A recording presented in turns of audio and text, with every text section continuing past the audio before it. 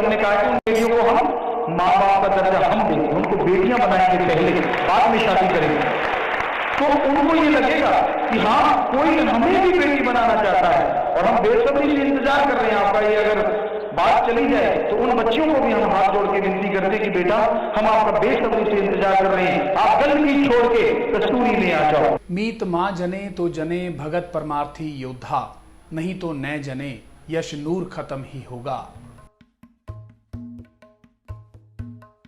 MSD के 55 साल परहित में बेमिसाल। नमस्कार, मैं हूं अनिल कक्कड़ और इस खास कार्यक्रम में आपका फिर से स्वागत है।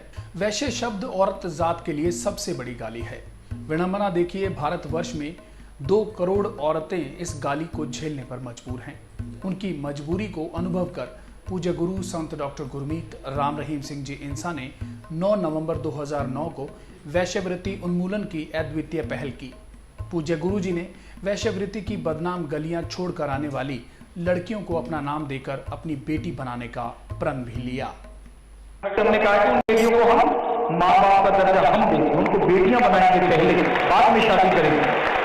तो उनको ये लगेगा कि हाँ कोई हमें भी बेटी बनाना चाहता है, और हम बेसब्री से इंतजार कर रहे हैं आपका ये अगर बात चली जाए तो उन बच्चियों को भी हम हाथ जोड़ के विनती करते कि बेटा हम आपका बेसब्री से इंतजार कर रहे हैं, आप गंदगी छोड़ के कस्तूरी में आ जाओ, आपका जीवन महक जाए, सारा समाज महक जाए और समाज के बिगड़ते हुए समीकरण सुधर जाए। जो घर टूट रहे हैं, जिसमें बर्बादी आ और आपको जो रोग लगने वाले हैं, HIV जो तड़पा के मारता है, उन रोगों से बचें। ऐसा रोग लगा हुआ तो भी फिक्र न करें, या बहुत बड़े डॉक्टर प्रोफेसरों की टीम है, आपका इलाज करवाया जाएगा। आपका बहुत स्वागत है। अगर बच्चियां आप लोग आओ तो आप एक बेटियों की तरह यहाँ पे सम्मान, और सारी साथ संगत भी अपनी बेटी और बहनों की तरह सम्मान देगी, और नौजवान आपको पत्नी के रूप में भी स्वीकार करने को तैयार।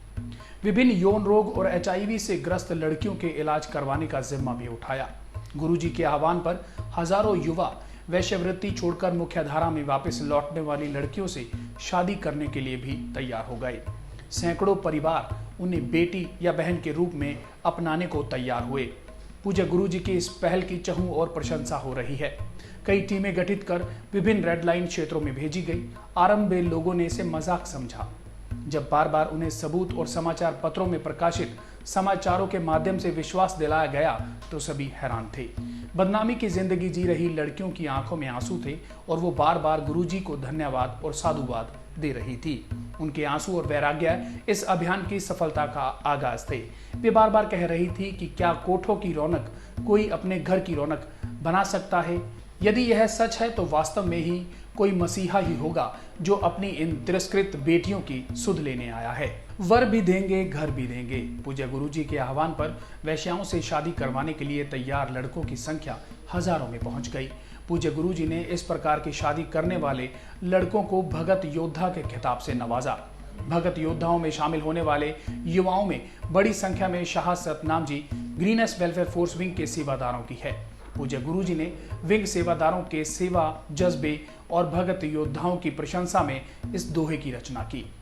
मीत माँ जने तो जने भगत परमार्थी योद्धा, नहीं तो न जने यश नूर खत्म ही होगा। पूज्य गुरुजी के आह्वान पर हजारों युवाओं का वैश्याओं को समाज की मुख्य धारा में लाने के लिए उनसे शादी का प्रण सामाजिक बुराइयों के खात्मे की ओर बढ़ाया गया महत्वपूर्ण कदम है। पूज्य गुरुजी ने वैश्यवृत्ति को छोड़कर आने वाली लड़कियों को पिता के रूप में स्वयं का नाम देने की हामी दी।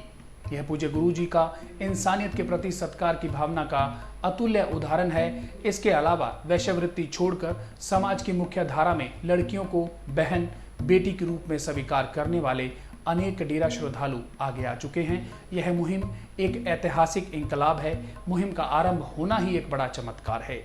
जिन महिलाओं की परछाई भी लोग अपने बच्चों पर नहीं पड़ने देना चाहते, उनको अपनाने के लिए आम ही नहीं बल्कि समृद्ध परिवारों से पढ़े लिखे व्यवसायी युवाओं द्वारा आगे आना चमत्कार ही कहा जा सकता है। उम्मीद है आपको ये कार्यक्रम पसंद आया होगा। इसी तरह के और कार्यक्रम लेकर फिर हाजिर होंगे। तब तक के लिए अलविदा।